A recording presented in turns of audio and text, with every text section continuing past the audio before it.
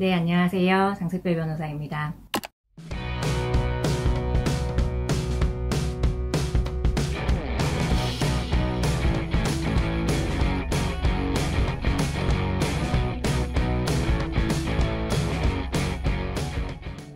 그러니까 이혼을 앞두고 이제 사실 고민하시는 단계에서 오시게 되면 저희가 조언을 해드리거나 도와드릴 부분이 많이 있는데요. 예를 들어 좀 어느 정도 진행을 하셨는데 상황이 좀 어려워진 상태로 오신다거나 이러면 저희가 도와드릴 부분이 상대적으로 좀 줄어드는 경우들이 있어요.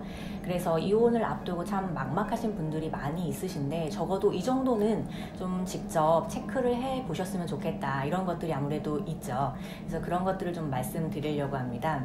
일단 첫째로 좀 이혼 의사가 확고한지 신중하게 생각을 해보셔야 될 것 같아요.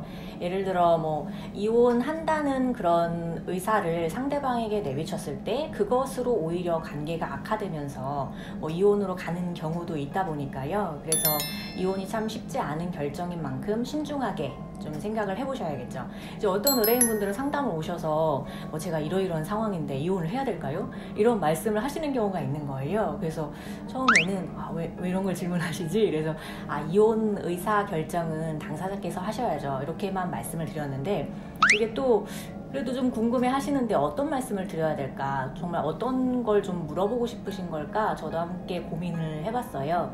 네, 이제 이건 것 같아요. 저는 이렇게 좀 말씀을 드리는 것 같아요. 뭐 그동안에 이제 혼인관계 회복을 위해서나 좀 어떤 것들을 해보셨는지, 뭐 예를 들어 좀 뭐 상담을 받아보셨거나 또는 뭐 가족과 함께 지내면서 뭐 갈등이 생긴 경우에는 혹시 뭐 분가를 해보시는 건 어떠신지, 뭐 이런 부분이 특히 좀 갈등이라면 이런 걸 한번 상대방에게 말씀을 나눠보시는 건 어떤 건지, 이렇게 혼인관계 회복을 위한 조언을 오히려 드리기도 했던 것 같아요. 뭐 이런 것도 있었던 것 같네요. 좀 이게 지금 두 분이 애정이 아예 좀 없어졌다기보다는 약간 갈등 단계인 것 같은데 한번 좀 미안하다 한마디 해보시면 어때요? 저 이런 조언도 드렸던 것 같은데, 정말 어떤 때는 그 말 한마디로 관계가 풀리기도 했다, 이런 말씀을 주시기도 하세요. 그런데 이제 이런 경우들도 있지만 또 어떤 경우에는 이제 참 좀 참고 살아보시면 어떠냐, 이런 말씀을 도저히 이제 못 드리게 되는 경우가 있죠.